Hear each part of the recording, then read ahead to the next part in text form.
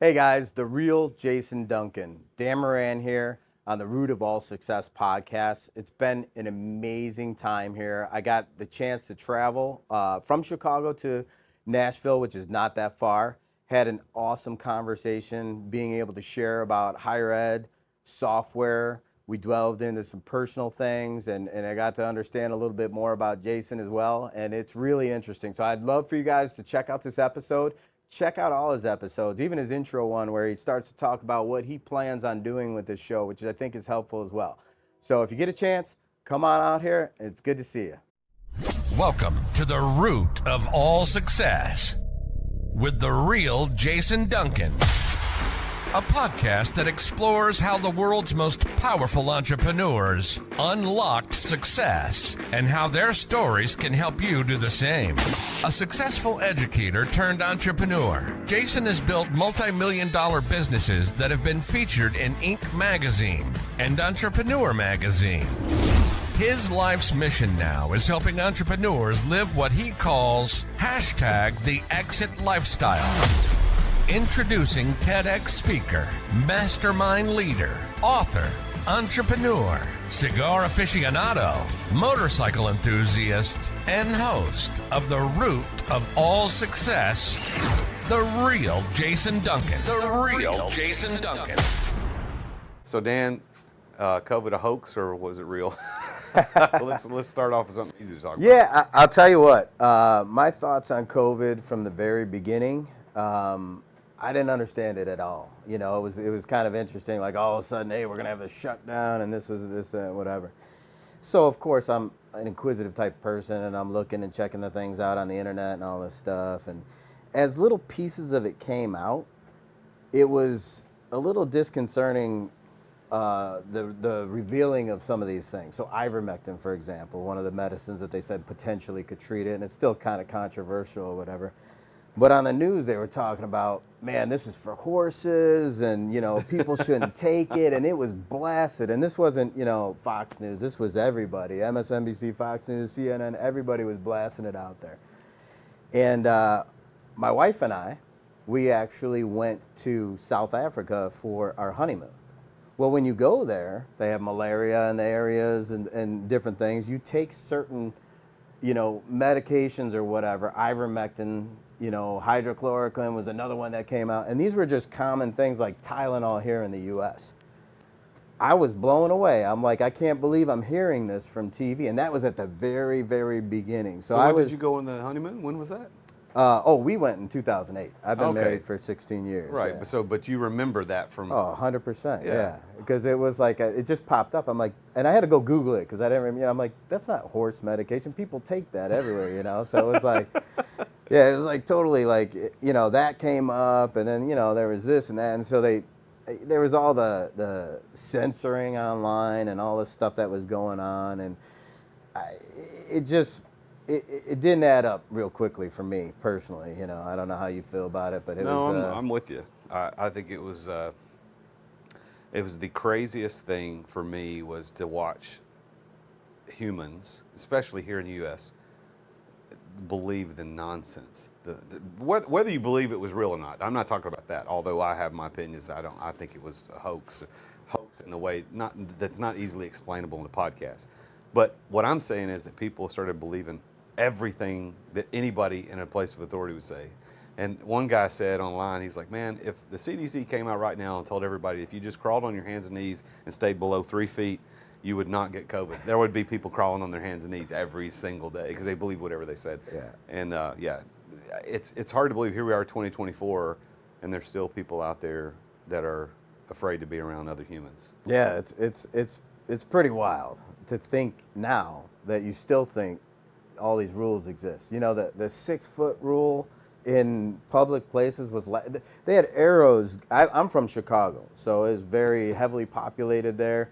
There was a lot of influence in sending out the message there. In the grocery store, there were arrows, which way you could buy your cereal, which way you could buy your milk. You had to follow the arrows or you were in trouble. It was awful. So, and it was funny too. Between the two hardware stores, the Home Depot and Menards, one of them would make you wear a mask and the other one wouldn't. So I'm going to the one that didn't, because I just thought, I'm like, I don't know. I didn't know if I was supposed to. Like, what are these people doing? I'm like, I mean, if I'm wearing a mask and somebody farts in the room and I can smell it, anything that's going to get me sick is going to get through the same mask. It's like trying to use a chain link fence to keep the sprinklers from getting water in your lawn. Yeah. It's not, that doesn't work. Did COVID have an effect on your business at all? Yeah, you know what? Not really. Not really. Most of my clientele and my employees work remotely anyhow. It had effects or impacts on the business in terms of how we supported them. So, for example, one of my clients got a check for $5 million. They didn't even know what it was for. It was a government check. What? To supply to the students, essentially. But it kind of hit them out of nowhere. This was at the very beginning, boom, $5 million, which is fantastic as a school to get this check. But they had to figure out a way to distribute it. So being in IT and software and development, we had to come up with a customization, a way to build out that functionality so that they can divvy up the money to who it belongs to. And some of these schools are private schools, some of them are public schools. As you know, it's pretty expensive to go to school these days. So what does Solidan do? Like you're in the tech space, IT space. Tell everybody what it does. Yeah, so basically we support colleges and universities primarily. That's our main customer base, who struggle with admissions, enrollment, retention, anything with their systems. So if you think of the majority of schools in the U.S., a large majority of the big schools use a software called PeopleSoft. It's owned by Oracle, which is Larry Ellison's company. And it is, essentially the Cadillac. It was designed in the 90s. It's still around. Half of it runs on COBOL. And we go in and we just set up things, fix things, train users, do project management. For a while, there were a lot of big system upgrades because they would come out with a new version. For example, they went from client server to the web. So we had to go in and show them how to take it from client server to the web, upgrade the process, train the users. And these are big projects that take 1.5 years, 2 years, 3 years to implement. Now we work with some other softwares, for example, Slate by Technolutions, which is a admission software. So it handles high school students going in to apply for school, transfer students going in to apply for a different university or grad school. We make sure that system's set up correctly. So, I mean, I can guarantee you, anybody that's at that age has touched either PeopleSoft or Slate, as a student. And so you're doing the implementation of that software? Is that what that means? Yeah. We don't own the software. We just implement it, fix it, customize it, and train the users on the proper way to do it. We also let those systems talk to other systems. So that's a big part of what we do, integration work, fixing those other systems. I've worked at just about everything you can imagine. Med schools, law schools, entire university systems, the state of New York, the state of California. I think one time when I had to look at the number of schools just I touched, not my team, it was over 150 schools. And these are top line universities, and it's pretty cool. So how do you get these clients? Oh man, for a while it was just me. In 2005, I started the company, and it literally was, I was just an independent contractor. I thought at some point in the future, I may add on to that, so I didn't want to just call it Dan Moran Consulting. I wanted to come up with something that was 7 letters and could, be used in the future, and maybe at some point I wouldn't even be a part of it. But literally, I just went and became the best at implementing the software. I learned everything that was in that software. So I started out at a small Jesuit school. That was my first job out of college. And I worked on that software, PeopleSoft. I went there as the most generic job you can have. I love you guys that are doing the report writing and that kind of thing that's out there. But I was a report writer, which is like the base level of getting into the IT world. But it was a good chance for me to step in. So I got to learn this mega tool that's millions of dollars. I got to play with it. I got no training originally, so I had to learn it by myself, figure it out, read books, get online. The training that's available now wasn't really available then, and the budget of this small Jesuit school was not going to allow me to take, a $1,000 training course or whatever that is. So I just had to learn it. And I was the single person that supported the entire system on the student side.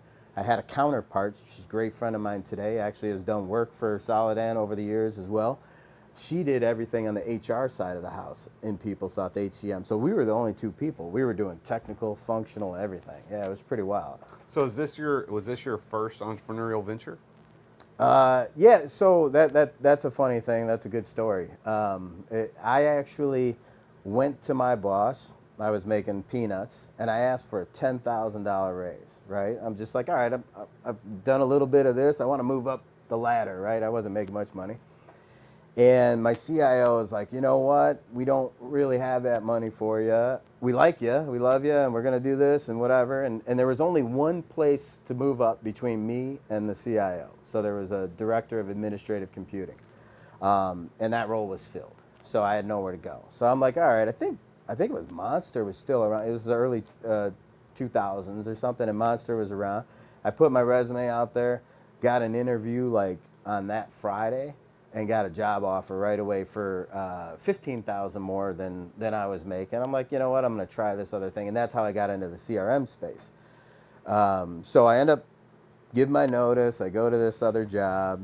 I do it. You know, the interview was with the CIO of that company, which was a large corporation, and actually it was a startup that was a conglomerate. They were doing a merger and acquisition of like 3 or 4 different companies. One of them was out of Hebron, Kentucky, which was a warehouse. One of them was out of Bolingbrook, which is near Chicago where I lived. One of them was a call center in Pueblo and a software development in Reno. So all these 4 companies were getting acquired by this company out of Atlanta. It was exciting. You know, I was young, and it was really cool to kind of learn what was going on. So I get there. My boss was a lady in her, you know, maybe she was 29, 30. A great experience, had done work for the MBA and marketing, and you know, she had a pretty good track record to get to where she was in this startup. She's like, tomorrow you're going to Reno. And I was like, all right, game on, you know. So I literally... Were you living in Chicago? I was living in Chicago, you know. This was like, all right, I'm going to Reno, you know. So moving to Reno, not just... No, just flying there to okay. start working, right? I'm like, okay, so I'm in. So I get out to Reno. I'm working with the 2 guys that had interviewed me and the whole software development team. And I find out that the guys that interviewed me weren't really employees. They were contractors. So the CIO was a part-time contractor, and the other was also a contractor. And I'm working with these guys. I'd wake up at 5:30. We'd go downstairs and sit at the blackjack table, have some eggs, and go to the office at 6:15, get in, and we would work all day until 10 p.m. So it was intense. You know, of course, I'm not getting paid by the hour, but I'm working with these guys that were, and I didn't know at the time that they were contractors. I figured it out kind of as we went along. But then I learned they literally were billing 100 hours a week. They didn't have time to even do their expenses for 6 months at a time because it wasn't worth their time to even do their expenses. You know, their flights and food and what, they didn't care because they were making so much money per week. And so this, you know, again, you're coming from somebody that just left a job for $15K, and these guys are making more than that every week, which was like, wow, you know, that's pretty neat, you know. So it was cool. It was a fun job. You know, I stayed in basically a casino there, which was a little weird, you know. And How old were you? 22, maybe 23. And how old were these guys? Probably one of them might have been hitting 40. The other one was like 30. Super smart guys. I mean, one of them, you know, I still LinkedIn and connect and whatever. One of them's the president of a big company, and the other one is really high up the chain at Amazon. He actually, do you remember that company, Redbox? They used to have those video things or whatever. Yeah, you know, I can't believe that's still a thing. Yeah. And so he was in the startup of that. It wasn't his startup, but he was in the startup of that. And it wasn't supposed to even be necessarily just for videos. They tested it in Vegas, and they tested it in the Dallas market, I think, or no, Denver market. And they were going to put all sorts of things in those boxes that you could buy. It wasn't just videos, you know, like what could they do? Right.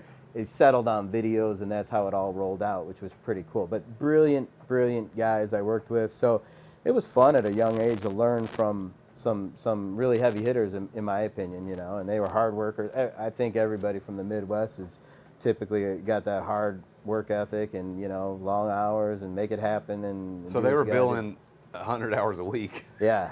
And they were, and the company that they were doing the contracting work for didn't have limits on what they could bill? they had to get the job done. You know, we had huge clients. Nordstrom's, Oh yeah. Nordstrom's was one of the clients, and Martha Stewart Omnimedia were two of the clients that were in this software. Now, the funny thing is, this software is in Reno, okay? It was AS400 software that they had just converted to SQL Server software with a friendly client screen. All of the buttons in there were Simpsons characters. Like, I mean, that's how small but good, the software worked. And, these guys were walking around the office in shorts and stuff. And this is back, before it was after the 90s boom, but before people kind of got relaxed in the office. So it was fun, man. They wore shorts before shorts were cool. Yeah, way before. Yeah. Awesome. So you got a taste of, oh, I don't have to be working for the man. I can work for Dan. Well, you know what? It was really interesting. Yeah, it was an eye opener because when you go to college, they don't teach you what an independent contractor is. At least I didn't learn that. I learned how to program computers or fix databases or the normal economics and whatever the other gen ed classes are that come with that along the way. Golf, I took golf. But yeah, you really don't learn this is what a 1099 does, or this is, they want you to go work somewhere and basically become the W-2 forever and kind of run down that path and retire at some point. I think everybody that's the safe path. That's the path that you're taught, to go down. So yeah, it was interesting. Well, with as much contact as you have with higher education these days, what is your opinion about higher education in general now? Now, I mean, obviously you have a couple degrees. Yeah. But what's your opinion of the value of higher education today? I'll say it's interesting. I think it varies from school to school. Also varies from degree to degree what you're doing. Anything in the medical field, legal, those things where you need the letters after your name, maybe not even legal. I mean, there's people that could pass the bar without, they have the same knowledge. I think it's really required for those.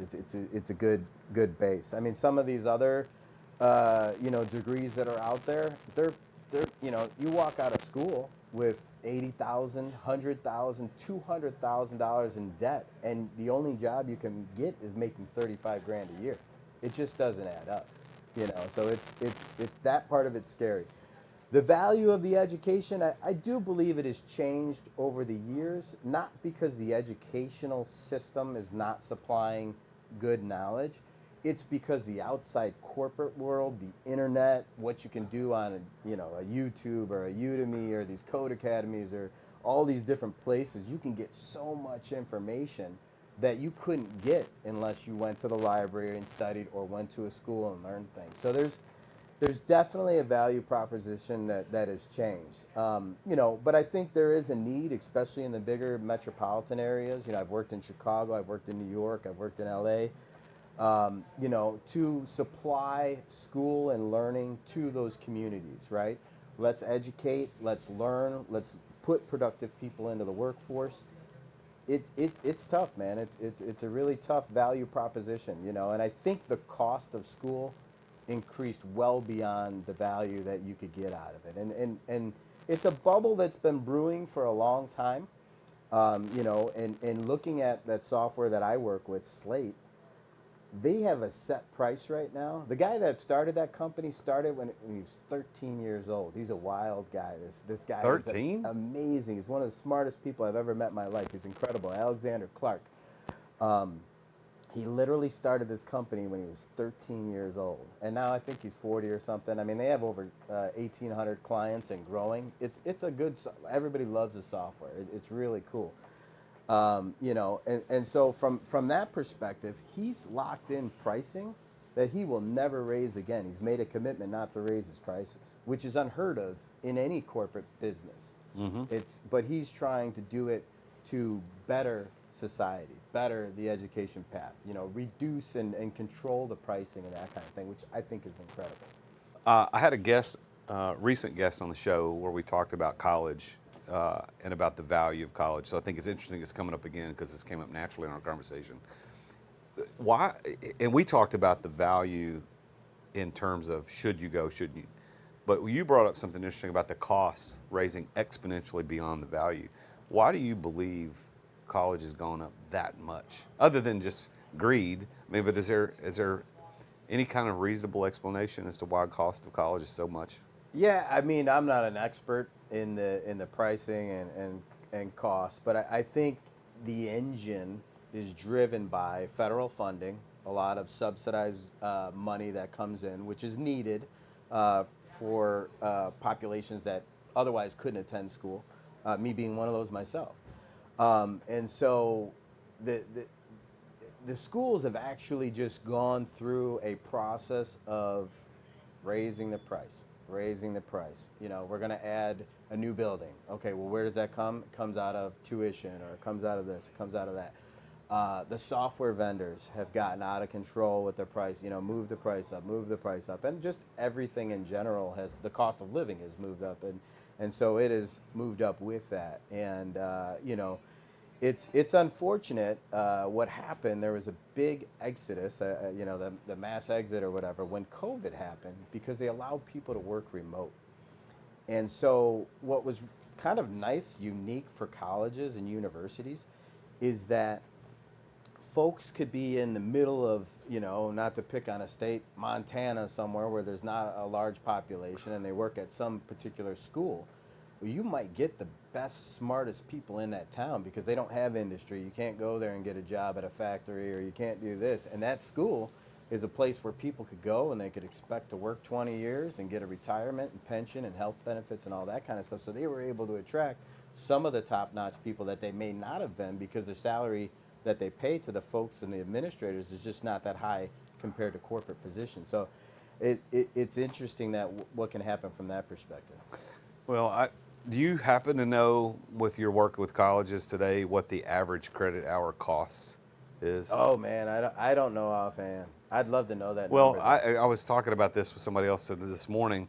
When I started my undergrad, it was $194 an hour. This was in 1993 at a local private university here in Nashville. 194, and it was very expensive. When I went back in 2007 to get my master's from the same university, it was $670. Wow, tripled. Yeah, and then that was in '07. That's 14, what is that, 14, 15, 16 years ago, whatever that, Yeah. whatever the time is. Now, what is it? I don't even know what it is. It's got to be over $1,000 an hour, Yeah. which is insane because, as you pointed out, the value of what you're getting has not increased to that same degree.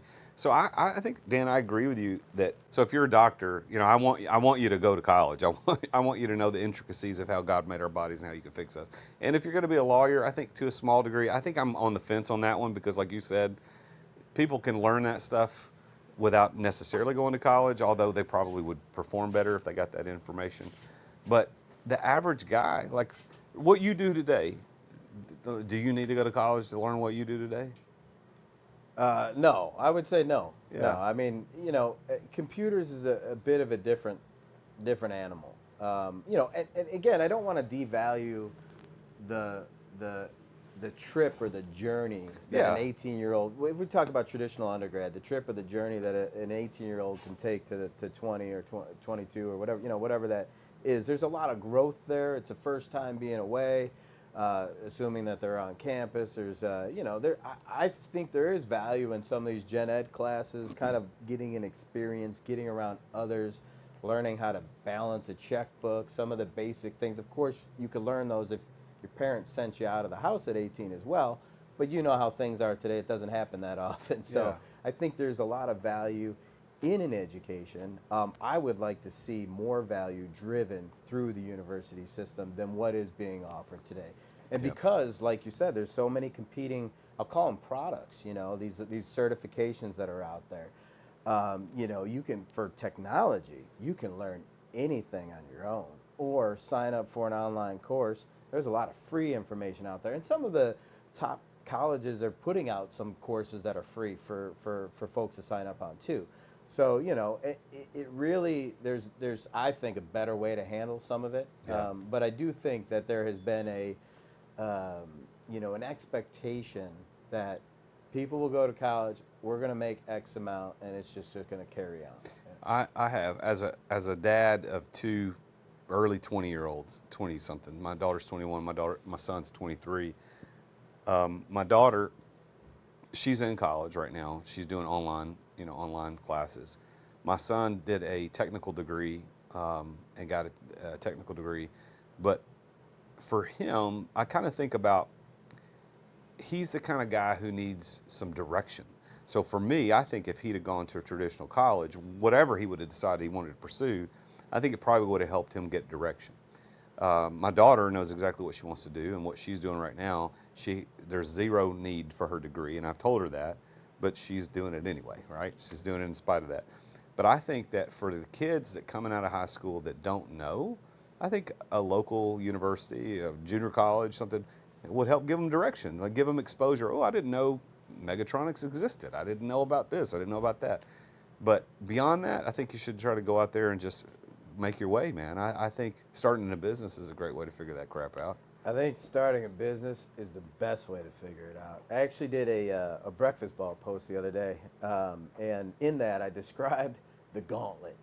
And I don't, we're probably close in age, and remember that show American Gladiators? Uh-huh. So they used to have that gauntlet that you would Yeah. run through, and they would bash you and whatever. And I describe that in the sense of business or going after, it doesn't even have to be business, but going after a goal, right?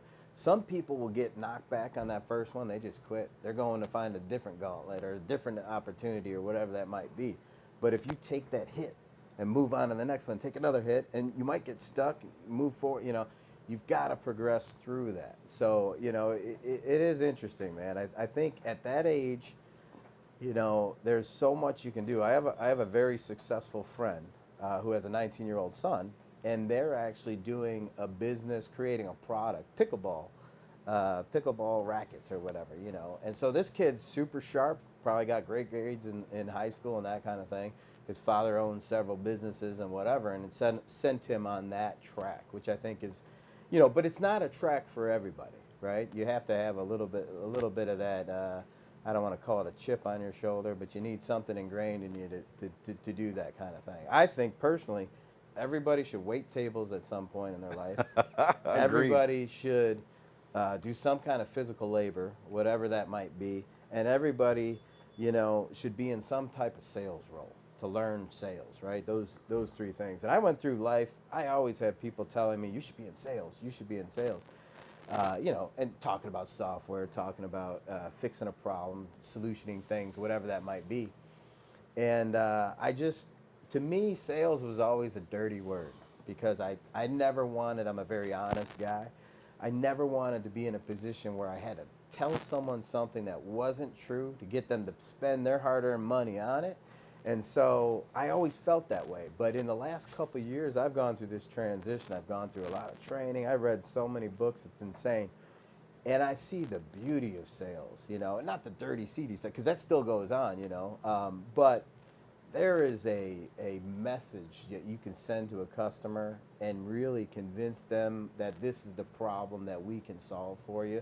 And I just did that out of self-nature, not because it was sales, So, but I've never been trained, in sales other than some recent classes. Do you have salespeople that work for you now? I have one salesperson that works for me, and that's new. Actually a couple of years ago, I was still in the business, still coding, I still had people that worked for me, but I was still doing the work, and I really had to pull myself out of the business. And that's why I like a lot of what you talk about, a lot of what you speak about, even the idea of exiting without it. I wasn't even thinking of an exit. I just thought of how do I make it to next year, do a little bit better, whatever that is. And I love now, I've gone through some kind of formal training. It was pretty interesting. I had a conversation with a gentleman that sold a company that was just like mine. He sold it like 15 years ago. I didn't know him, but we were connected on LinkedIn just because we're, in the same area. And, we talked for 58 minutes. And I told him what Solidan does and kind of, basic financials of the company and strategy. And he told me some ideas and all this stuff. And at the last 2 minutes of that, he said, the one thing I did that changed the complete trajectory of my company when I was the size that you were, I got a coach.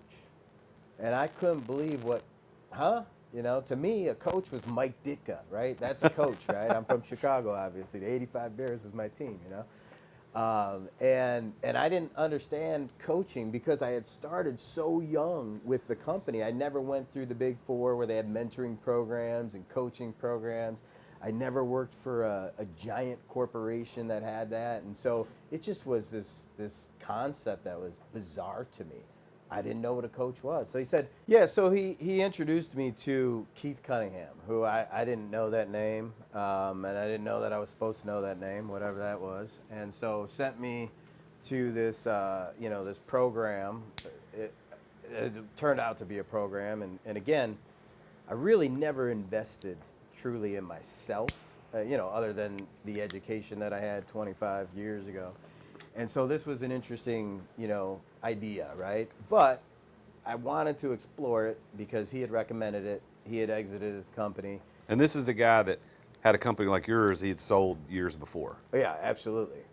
And he's still in the game, not in the same type of role, but, I think a lot of entrepreneurs like to exit and not go sit on a beach, Correct. Get back in the game, So it was a great conversation. He points me to this gentleman, and I look at this, I kind of had to fill out this application. They had this program for like a board of directors and all this stuff, and it was a pretty expensive thing to sign up for, in my opinion, very expensive. And it was something like shock to me when I was like, wow, that's crazy. The most I ever really put into the company was $500 to build a website. And yeah, it's funny. Coaches should cost more than $500, people. That's it. Absolutely. And so what I learned was, in order to get into this program, you had to attend one of his live courses, right? So he does these 4-day courses, and this one was called the 4-day MBA. And so I signed up for it, but it was several months in the future, okay? So I'm down in Austin. I attend this class. For the first 2 days, it's a lot of accounting, but it's accounting as a CEO. So it's not accounting as as he would say, a bean counter. It was accounting for how do I look at the income statement, how do I look at the cash flow, the balance sheet, how do I compare things, how do I look at some of the receivables and trending, what levers do I need to pull. I learned a lot in those 2 days. The next 2 days was scale and growth. And again, 4 days, I think the class was $8,000. This was just a class to get to the class. Which again was the most that I ever spent on something. And I walked away from there, and you get out of something like that and you're like, was it worth it? And I think for me it was worth it. I learned, and from that I walked away and kind of was waiting on my application from June. 4 or 5 weeks went by. I wasn't in a hurry to spend that money, but I wanted to know, and then I got like kind of a long-winded email after I reached out to them. Oh, we don't pick everybody, blah, blah, blah. Kind of, I'm not sure if that was really the thing. Tactics. Yeah, it was interesting because I think now that I understand being away, a year and a half, 2 years into that, I kind of understand the education and coaching game. It wouldn't really make sense for them to pass on the opportunity. I think I kind of got lost in the shuffle. I could be wrong. So anyhow, fast forward a little bit, and there was a mastermind. I'd never even heard of a mastermind. I didn't know what that was.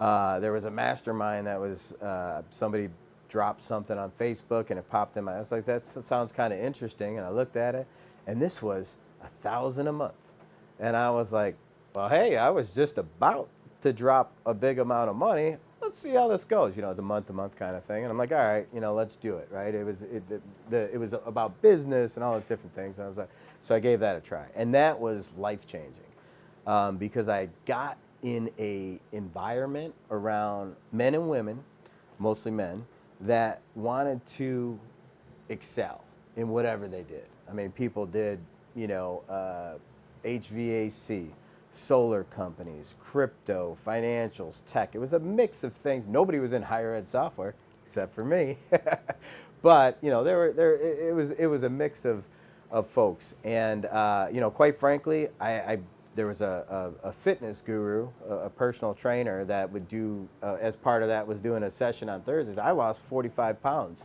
by literally just attending this little 1 hour Zoom every week, and then I would apply one thing. Eat beets Okay, I'm easy. I can eat beets. Next week, make sure you get X hours of sleep, whatever it was. And really, to that factor of sleep, one of the greatest moments was I learned that through the fitness journey that sleep is important. But more importantly for me, I wake up at 4:30 a.m. every day. And I used to wake up at 6:30. I haven't used an alarm clock in my life, really, at least in the last 15 years. I just, my body would wake up. Even if I got home at 3 in the morning, I'd wake up at 6:30, and get the day going.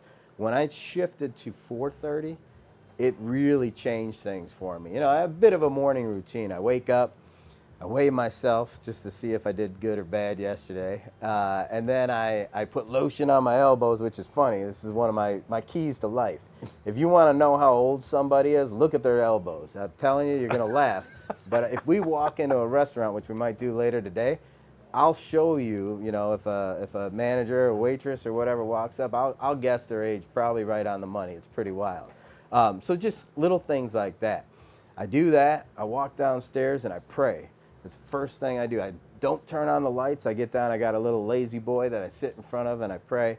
I walk out of there. I go over to my kitchen and I turn on the lights. I got supplements now that I never had before, So I take these greens. I mix that up. One of my little tricks that I've come up with is coffee. I don't take sugar, cream, whatever, Sugar's bad for you in general. And if you can eliminate or cut back sugar in general, I think Right. you're going to live a better life, a longer life. And I take my coffee and I put 5 ice cubes in the hot coffee as I'm mixing this other stuff, and I got vitamins and whatever it is. And from there, I mix in my protein. So I have chocolate peanut butter protein, or it might be Rocky Road or the powder. And you have to get it, the 5 ice cubes is so it doesn't curdle. So I spin it up, and then I drink that. And then one of my favorite things right after that is I write down my goals. And this is something that's powerful. I know you do the goal thing as well. And I think this is a really, I never wrote down goals before. And so now I write 7 goals every day. And they're repetitious, right? Yeah, I was going to say, are they the same every day? It's pretty much the same. I mean, if I go to day 1 to today, it's a little augmented, a little bit of a change. I haven't been doing it long enough to achieve any of those goals. Quite frankly, I don't know if I ever will achieve any of those goals. I wrote these goals down so that they're so big it would change my life if I do achieve them, and not worry about how to achieve them. And so I write these things down. It's all different facets of life, 7 different areas of your life, and whatever that might be. I can talk through it if you want. Yeah, I want to know this stuff. This is interesting. It's cool. Let's take a quick break to thank our amazing sponsors for making this podcast possible. As an entrepreneur, I know that you have to deal with sales on a regular basis. I mean, every entrepreneur does. And if you aren't paying attention to sales as an entrepreneur, you're not going to be an entrepreneur for very long.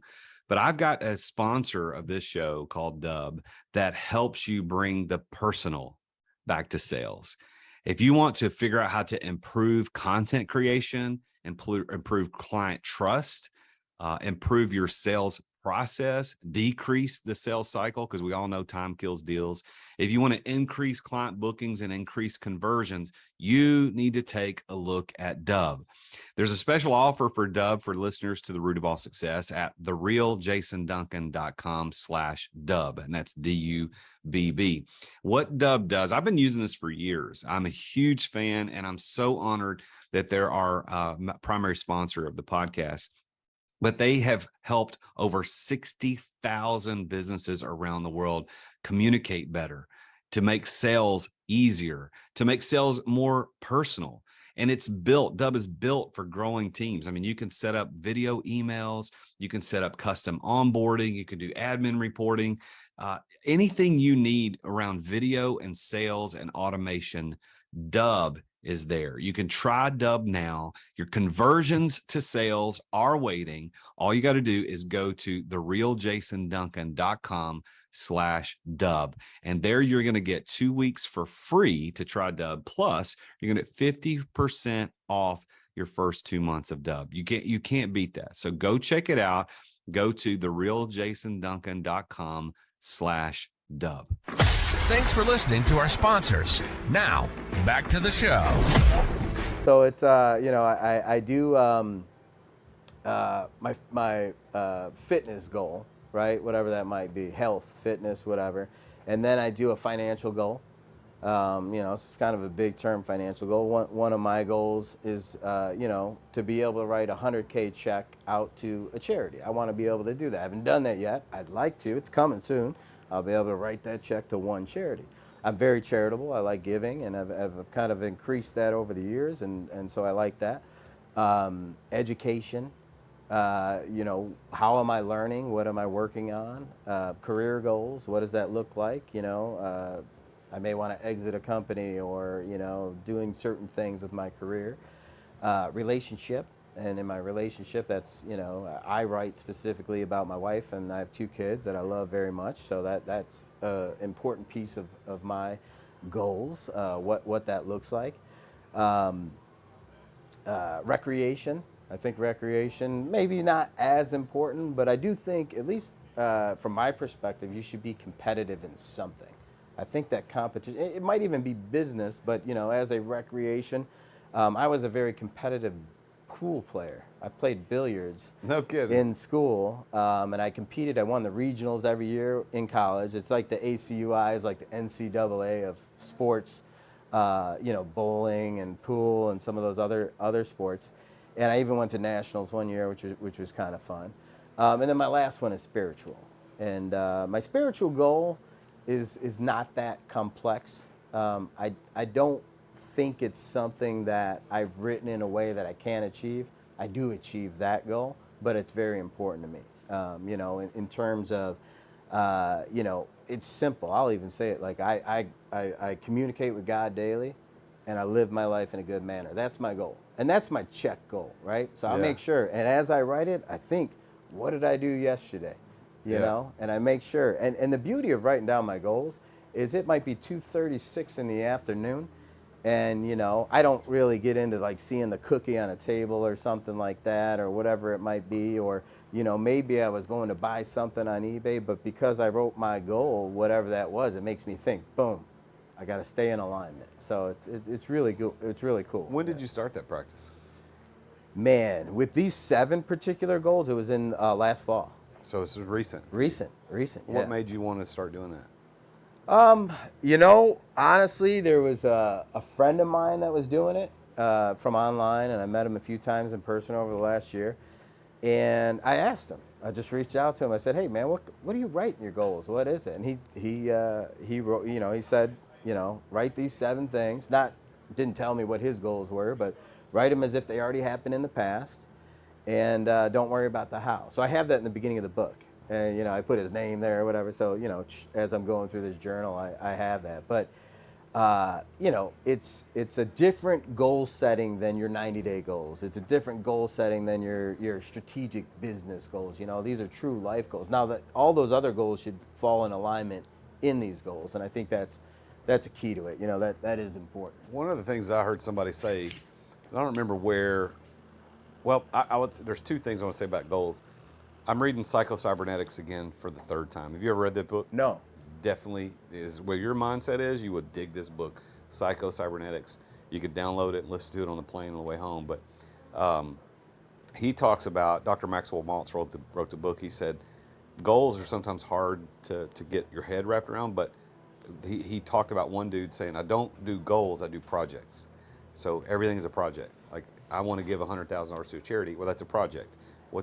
How am I working towards that project? Well, that's one thing. But this other guy, which I think, for me, I like this idea a lot better, is to have promises to yourself, not a goal. Because sometimes a goal could be like, I didn't reach it, no big deal. Well, if you promise yourself something, you're like, I'm not going to break my word. I'm not going to be a liar to myself. I'm not going to negotiate with myself. So if I promise that I'm going to give $100,000 to a charity, that's different than saying I have a goal.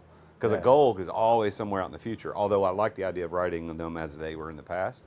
But I think you would really dig that book, Psycho-Cybernetics. Have you, it sounds like a lot of this stuff is based in real deep mindset stuff. Have you studied that? Are you a big fan of mindset or metaphysics? Have you read any of this stuff? I haven't studied mindset and metaphysics, but I will say that, truth be told, I probably shouldn't say this online. Some of it, but my kids, I love you guys.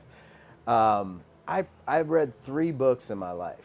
You know, I was a pretty smart kid. I don't think I was a genius or anything, but I was pretty smart. And even when we had book assignments in school, I could kind of like read the cliff notes or figure out, skim it and get by and that kind of thing.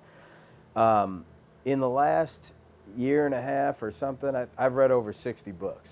And I continue. I read, I was reading a book this morning. I continue to read a lot. Most of them are self-help, professional development type books, and it's a game changer. What's your favorite? It's really cool. My favorite book to recommend to people, especially when I'm talking to young folks, is Atomic Habits by James Clear. I think that might have been the first one that I started that piece of this with, and the reason I love that book is it introduces concepts that I wasn't using. I think I was using the opposite of the concepts, to be honest with you.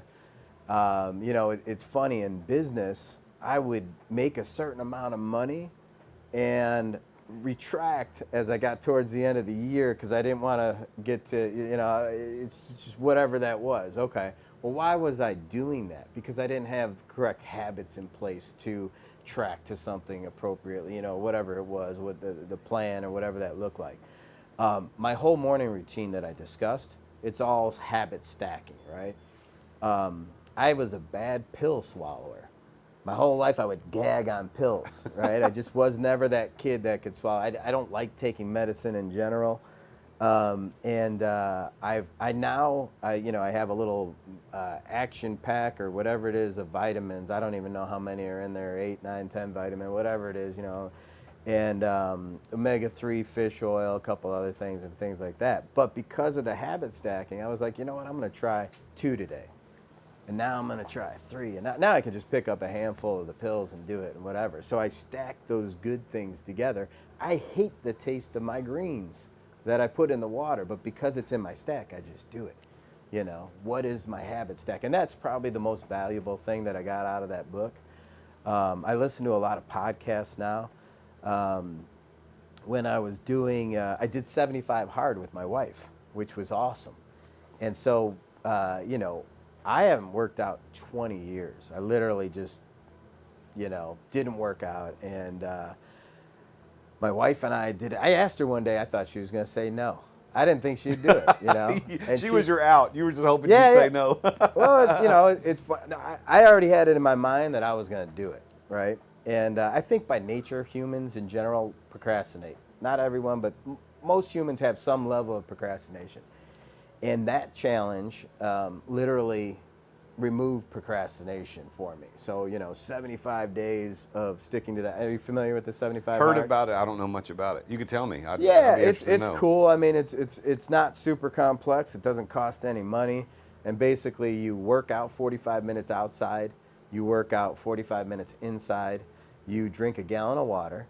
You read 10 pages of a book, which is where I started reading these books. Yeah. You read 10 pages of a nonfiction book. You keep a clean diet. It doesn't tell you, eat 3 egg whites and this and that. Just keep a clean diet. Don't have the double cheeseburger or this and that, whatever else. I might be missing one, but basically you stick to this regimen of things each day.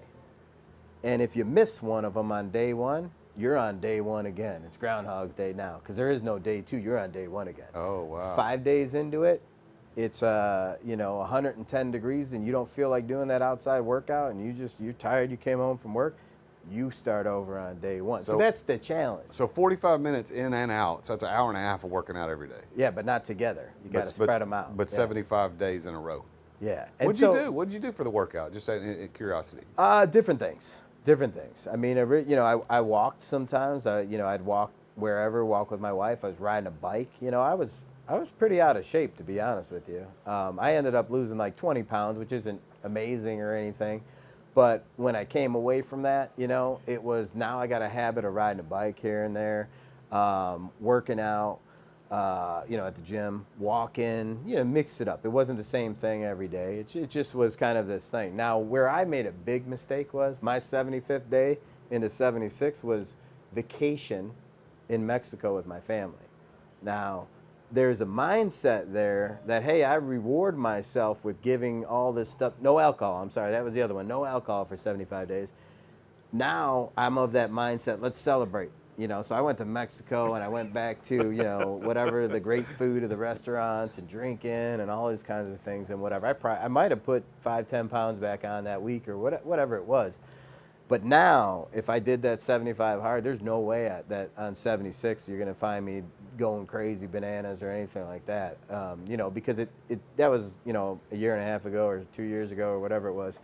And so I've literally changed my mindset, and that took away procrastination. So now in business, when I have that email that I'm like, oh, I'll get to that on Thursday, or I'll get to that later today, or whatever, I don't do that. Boom, I'm sending that email. It's going. So I'm sending that email, whatever it is. I got to work on a proposal or a contract or whatever it is, and I'm working on it. I don't want to put that off. So Wow. it really is a game. It's a mental thing. It's not a physical thing. I mean, in theory, probably when I did those workouts, I wasn't in as good a shape as I am now. My workouts would be a little different if I approached the thing again, nowadays. But That just seems. I like the concept, and I think I'm going to lean into that a little bit. But I'm just thinking, I walk 4 days a week, or I ride my bike 4 days a week, and one of the two, and it's at least 45 minutes. And I love doing that. So doing a 45-minute outdoor workout, no problem. I'm already doing that. I just got to add. I do it 4 days a week. I'd have to add 3 days, which wouldn't be hard. But 45 minutes inside, I'm thinking, what the heck would I do for 45 minutes inside? Like, that's crazy to me. Because giving up alcohol, not a problem. Clean diet, not a problem. Like, what were the other things? Reading, not a problem. I do that anyway. The gallon of water was my Oh, you biggest got to drink problem. a gallon of water? That was tough for me because I was not a water drinker. Oh, man. I hated water. And I remember the first few days, maybe the first week, it'd be 11:30 at night, and I'm sitting there swigging down water in a glass, just like, it's painful to me because I know I didn't all night long pee. I didn't hit my water, So there's a whole year-long thing after that. If you wanted to do it, they have a 30-day thing of this, and they add some more, like a cold shower and these power. It's interesting, But again, it's free. Do you Anyone can think it made you a better entrepreneur? I think it made me a better human. Really? 100%. I'm a better father. I'm a better husband. I'm a better person. I'm a better leader. Absolutely. How long ago did you do it? A couple years ago. So, 2022, I think, fall of 22. Well, Dan, you might have been pushing me over the edge. I've been thinking about, like, my physical goal is I want to weigh 185 pounds by the time I turn 50. I turn 50 in March next year. So I'm at 199 now. So I'm well within the ability to get there. And I was thinking about, like, I need to do a 30-day something, like just a 30-day push, just to get my everything reset. I did a 30-day no sugar last year for 30 days, and it was a lot easier than I thought it was going to be. And I didn't feel a ton better. Obviously didn't feel worse. Yeah. It wasn't that hard, and I think I need to do something like that again. But now that we're talking about this 75 hard thing.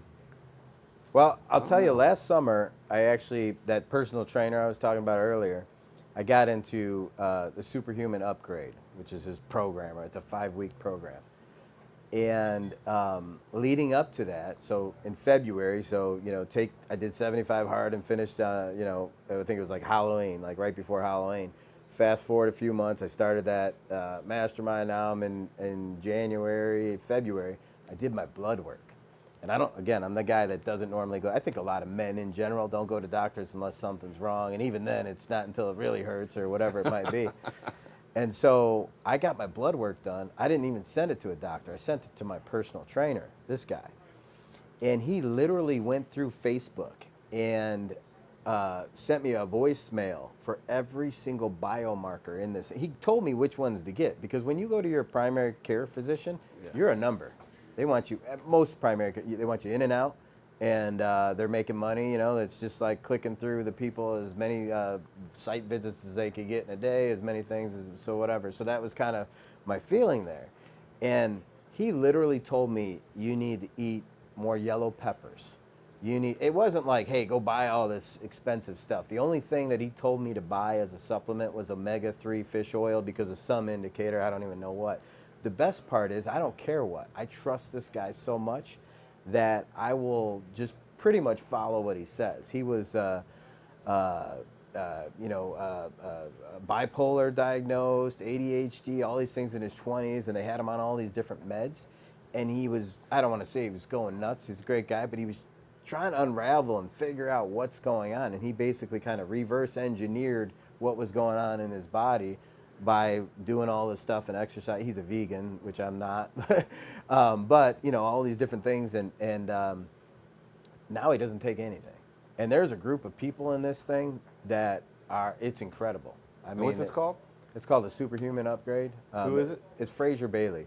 He's he works with like top executives from like Apple. One of his guests, or not one of his guests, one of his team members or one of his clients is Chris Daughtry, the singer. Oh yeah. If you're familiar with Chris Daughtry. If you've seen anything, if you haven't, Google him lately. He is shredded. Chris Daughtry looks amazing, man. If you look at him before he met Fraser, it's unbelievable the change. And Wow. It's all natural foods. I make this bowl every day, which when I first saw it, I'm like, I am not gonna make this bowl, right? With lettuce and different vegetables and whatever. And it's easy. I can throw together a meal in like a minute and a half. And I love it, and I feel good. I feel better now than probably in my whole life when I was in high school or whatever.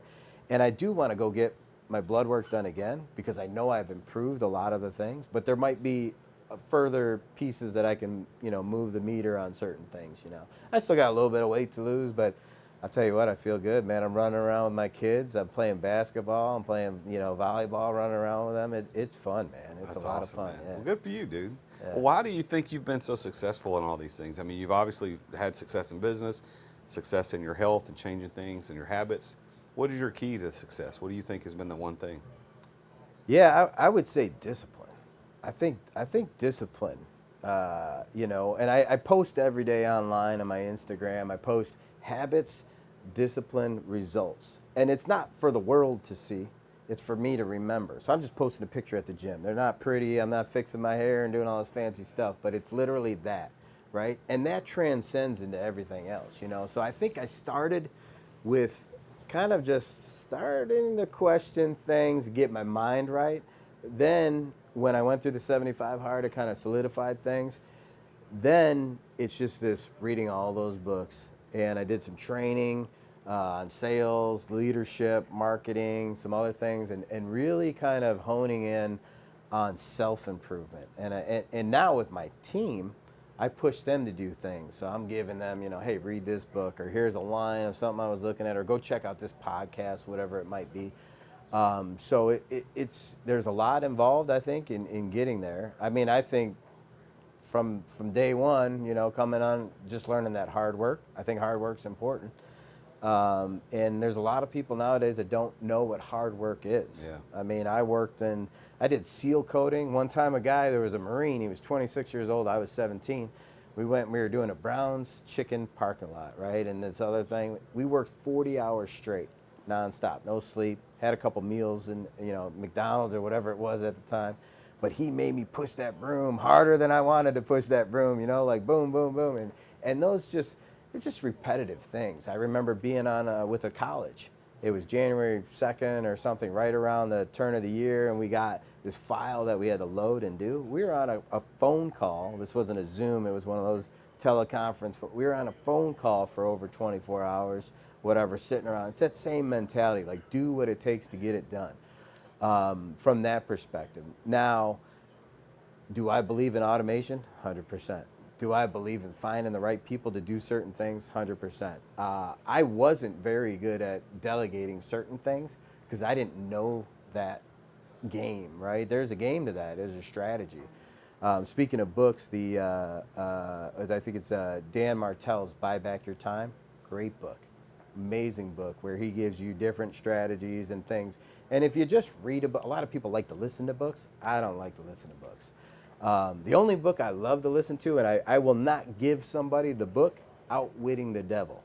That book you have to listen to. So you are into metaphysics because that's what that is. Is it? That's a is. Napoleon Hill, right? That's correct. Yeah. And so you have to listen to that book on audiobook because when he talks to the sinister devil, it's that voice that's it's this deep voice and he's talking and kind of, and it's interesting. That was a very good book. I think that was interesting because it was written, I believe, in like the 1920s or 30s. 37, And it wasn't released until the 70s or what? 2011.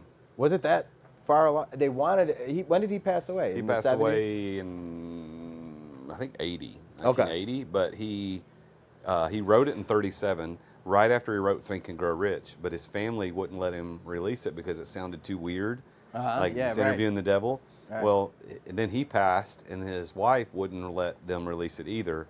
And Sharon Lecter, in 2011, convinced the family to release it, and they released it in 2011. Yeah, that's... And but it's on YouTube, like you said. You can listen to it for free on YouTube. That it's him, it's the devil. It's two voices. It's him and the Yeah. devil talking back and forth. Great book. I got a place up in Wisconsin. So if you're from Chicago or Illinois area, Indiana even, you know of this place in Wisconsin called Wisconsin Dells. Like, I think there's a Gatlinburg, Oh, you know, yeah. and you guys are familiar with that. I didn't know what that was until somebody told me. But there's a Wisconsin Dells there, and it's, theme parks and all that kind of stuff, from that perspective. But it's a 3.5 to 4 hour drive.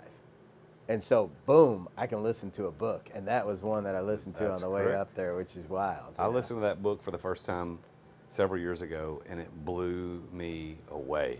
And I tell everybody. As a matter of fact, Justin, who's my apprentice sitting behind the camera today, we're starting to go through that book. He's read it before because I told him to read it, but we're going to go through. There's an action guide. It's 20 chapters, an action guide that has a synopsis and questions and things you have to journal for 20 chapters in a row, 20 weeks, however you want to do it. We're starting that book this week. That's awesome. Yeah. That's a great book. Yeah, You're I've gonna- gone through you're gonna that. You'll love it. I've gone You'll through love it. that with a friend. I've gone through it with my son, and I'm going through it with my apprentice. Yeah, like I said, I just, my mentor sends me a bunch of books, which, here and there I'll get a book, and the Rockefeller letters, that's a very interesting book to me, when you think of a family and a person, whether you agree with the Rockefellers or you agree with, big money people or whatever it is, he writes these letters. I think there's 38 letters in the book to his son. And it's incredible to read what somebody at that level or in that wealth and what they did and what they're trying to transcend to their children, which is cool. To me, I tell my kids every day before school, I say, what are you going to fail at today? I push them to fail, because we were taught don't fail. Yeah. And I was stuck in a don't fail for 15 years. I couldn't even tell you times that I failed because I worked so hard to not fail. And it probably kept me inside of a box that allowed me to be successful, when you're talking about success, to a point where it's almost embarrassing because I should have been trying to fail. I should have been pushing that envelope even further. And I just didn't, I was raised to be safe. Don't fail, get good grades, do this, do that, and so you tap yourself into this box, and that's where I was. So how do you define the opposite of failure is success, or at least we can think of it as that, but how do you define success? Yeah, that's a very interesting thing for me. Success to me has evolved over the years, and what does that mean? I think success is, I don't believe in the people that say, oh, success is the journey and this and that. I think there is a destination. There's a target, whatever your target might be. I'll give you a perfect example. When I was a kid, I grew up very, very poor.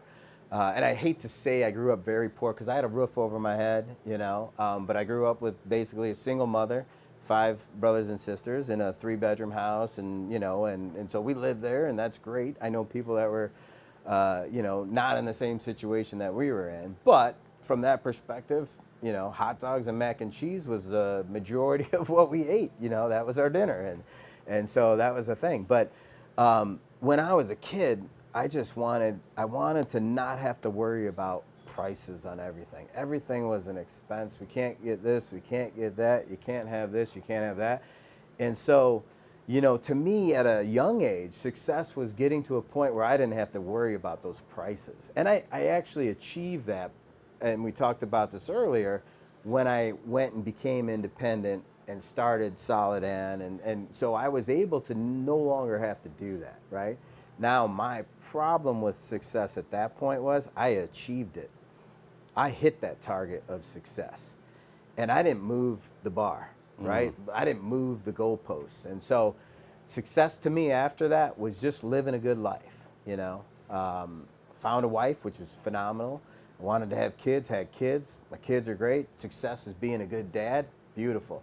Business success to me was secondary at that point. And really, it shouldn't have been, because I didn't know what success meant, right? I didn't know what that meant. So I'm going to roll to a little part of something I certainly have never talked about on a recording before, but my mother got sick in 2016, and I was working in San Diego. I used to work on the road all the time. I used to travel 50 weeks a year. And I was in San Diego working, and I get this call, you know, my mom says, you know, hey, we need to talk. I happen to be home that weekend or whatever. And it was just me and her. Well, I got 4 other brothers and sisters that weren't in this conversation, you know, and I don't know if she did this with everybody individually or not, but she pulled me to, you know, I went to her house. This is the home I grew up in. And, you know, she told me that she was up at the lake house one time, brought her up there. She loved it. She was limping around a little bit. You know, she thought it was arthritis. You know, my mom was 64 at the time, or 63, going on 64. And, you know, I said, Mom, you probably should go talk to a doctor or whatever. You know, they have medication, you know, and it turned out she had cancer.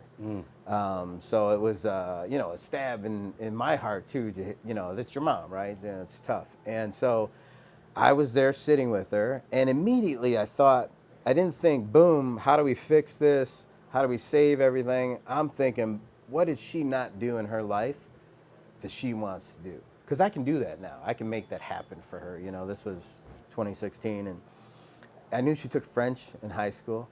And I said, do you want to go to Paris? Like she had never been out of the country. She doesn't like airplanes at all. And do you want to go to Paris? Do you want to do this? Do you want to do that? And she was like, no. She's like, I'm like, well, is there anything that you want to do? You want to go somewhere? You want to see something? You know? And she's like, no. I said, well, she said her only regret was she wished she helped more people. And that hit me really hard. You know, it was like, how can I help more people? You know, so that was her thing. And I'm like, man, this is wild. You know, I'm sitting here with my mom. I just found out she's dying. You know, I didn't know. And her number one thing was, how can she? And my mom, she gave away every sweater that we outgrew. You know, mostly we're all hand-me-downs. I didn't get new stuff. You know, fortunately, I got a big family, and that's why I stay in Chicago, because we have such a big family. So, you know, that was how we got things. And she always helped people and donated her time when she could. She was a single mom, so she worked. You know, she had a job and was taking care of 5 kids and all that kind of stuff. So I immediately had to figure out, how am I going to be home with her? So I ended up finding a job at a local university and leaving that job in San Diego. And I was in the hospital every night with her. I mean, it was my oldest sister, for whatever reason, didn't want to go to that one hospital in the city. And so I'm like, I'm just going. And my other sister lived in Phoenix at the time, and she would fly back and that kind of thing. And so it was a big moment in my life. I probably was the heaviest I ever been, not for any other reason, being lazy, you know, that kind of thing. But it was an interesting time. You know, I was there when they gave her hip surgery, and we're gonna, you know, the doctors are gonna save you, and we're gonna take out this, and we're gonna do that, and you know, cancer, once it metastasizes and gets to stage 4 or whatever, it's a pretty bad situation. But I'll tell you a cool moment in the hospital, and this is pretty deep. I probably should tell you this over a cigar later. But you know, she was in the hospital, and this was Valentine's Day, and I would always text her Happy Valentine's Day. She would text me back or whatever. And this happened to be the one time that she didn't text me back. And I'm like, man, this is really bizarre. Why is she not? And she was in the house, you know. I'm like, all right, I better go check this out. So I took a trip. You know, it was only 20 minutes away to get to where she was, and you know, she was in bad shape. And they had put her on a ventilator, And yeah, I'd never seen that before, in person, and see it on TV or whatever. And it was a weird thing. And I don't understand this. Again, the doctor thing. A doctor came up to me and wanted to basically end her life, and I'm sitting there. I'm not the power of attorney. My oldest sister, has that type of activity, and I'm not going to make that call. I mean, I'm not going to make that call. I saw her struggling there and that kind of thing, and it was brutal. It was brutal to watch.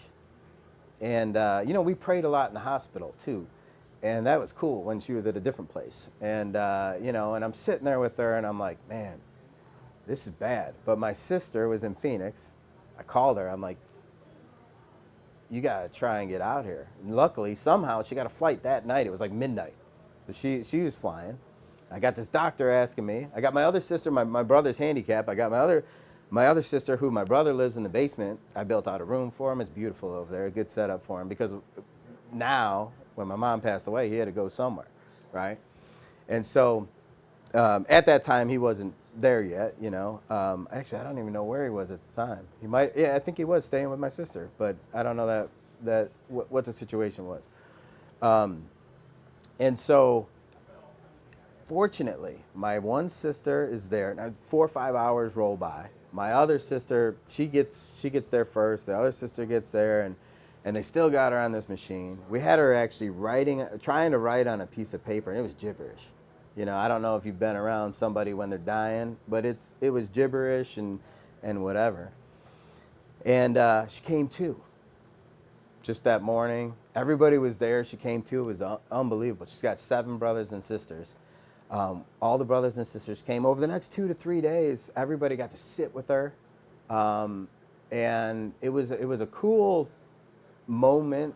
Couple days. It was powerful, and we were at the hospital. They were going to move her out of ICU to a regular room. I'm like, Mom's still going.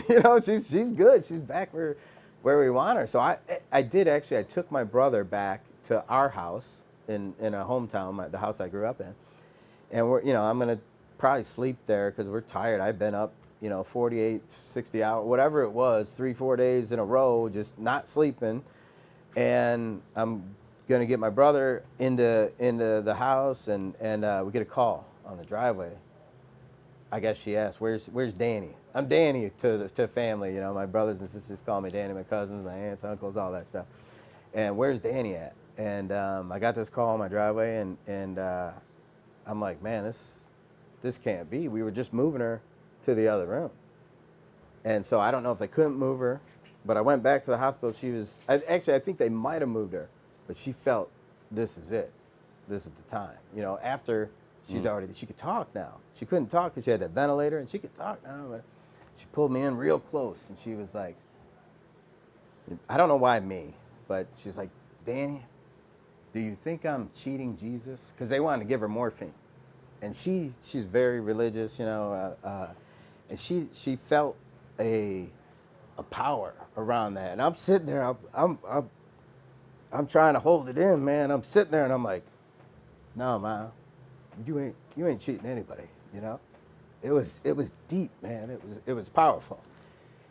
And so, I didn't really know how hospitals worked, and so they, try to do a drip or vein or whatever they do. They couldn't get her vein. They're sitting there doing all this stuff to try and get her vein. They couldn't get her vein, and man, she called us all in, just the kids, all 5 of us.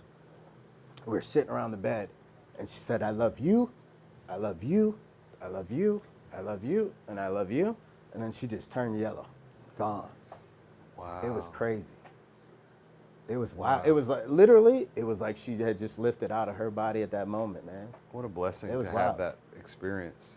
I wouldn't want to be anywhere else. Yeah. It was amazing. It was an amazing, and I never told the story. Wow, that's a good story. Yeah, it's something it's obviously very personal, but it was amazing. So part of what I'm doing now is figuring out how I can help more people, and that's part of my mission, my personal mission. So I love it, man. I don't want a Lambo. I don't want this. I don't want that. All these fancy things, and it's great. The people that do that's cool. I just want to help more people. And so, I'm putting things in motion to make that happen. And I have been helping people along the way as well. Wow. That's Dan. That's a great story, and I am honored that you chose to tell that here on the show today, man. Thank you. I want to give you the last word today as we finish up our conversation. I want it to be a word of advice to the entrepreneurs that are listening to the show. What's one piece of advice you could give them to be successful or to accomplish what they want to accomplish? Yeah, I would say it doesn't matter what age you are, whether you're 18 like we talked about, coming out, maybe hitting the ground and trying some business things or whatever that might be. I got a nephew that's in the Marines right now, doing great, learning and doing all that fun stuff and getting in great shape. And I got another nephew that's doing some other things. I got a nephew here in Nashville. I got a big family, a lot of my niece, I got nieces in college, I got nieces here and there and whatever. So I love the youth and what they do. But what I would say, my number one recommendation for anybody, for any spot in your life, it's not just business, is to improve yourself. I mean, you truly, and I didn't understand this, I hear people talk, the gurus or whoever talk about, oh yeah, when you're in the airplane, they tell you to put your mask on first to help the person next to you and blah, blah, blah. But if you treat life in a way that you improve yourself, you're going to improve everybody you come in contact with. And that could be your wife, your kids, your friends, your coworkers, your employees, your bosses, whoever that might be. You have to improve yourself. You got to love yourself. And there's a lot of people that are fighting things. And it could be vices or habits, or, it could be a family or friends or whatever it is. So I would say improve yourself and surround yourself by people that help you improve yourself, one of those other things, when I pray every day. I don't ask for anything, but I ask to become the man I need to be. So that's my conversation that I have. And when I know I'm asking to become the man I need to be, everything else falls in place. Yeah, great advice. Well, Dan, congratulations on all your success. Thank you for sharing your story here on the show today. And people can get in touch with you on social media, at Instagram on Dan Moran DM. So look him up at Dan Moran DM. And if you want to look up his company, Solidan, it's Solidan, it's SOLIDAN.net, Solidan.net. Check him out, especially if you're in higher education. This guy can help you out with your software needs. Yeah, absolutely. But Dan, thanks for coming to Nashville, being on the show today, and I wish you the best of success. Congratulations on everything you've accomplished. I appreciate you being here. And thank you so much for having me here. I appreciate it. It was great to come out here. I know a lot of podcasts we do online, and it's a different vibe being in person.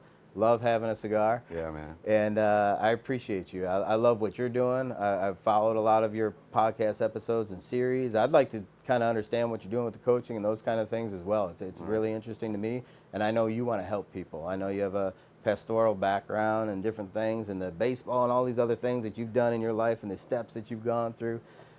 It's cool, man. I appreciate it. Thanks for having me. That's an honor. Thanks. Well, that's it, everybody. Listen to what the guy has to say next, and we'll see you next time. Attention business owners. Attention business owners. Feeling burnout from running your business? Uncertain if you're nearing burnout? Take our free 10-question business burnout test at businessburnouttest.com to discover where you stand. With just 10 quick questions, you'll learn how to immediately begin making changes to regain freedom and success. Cut your daily operations time in half. Improve your quality of life and prepare your business for your future exit without losing revenue or profit. Visit businessburnouttest.com now and take the test. Thank you for listening to another edition of The Root of All Success with the real Jason Duncan. If you've enjoyed this week's episode, visit therootofallsuccess.com to access the show notes and other helpful resources. Follow Jason on social media at The Real Jason Duncan. See you again next time here on The Root of All Success.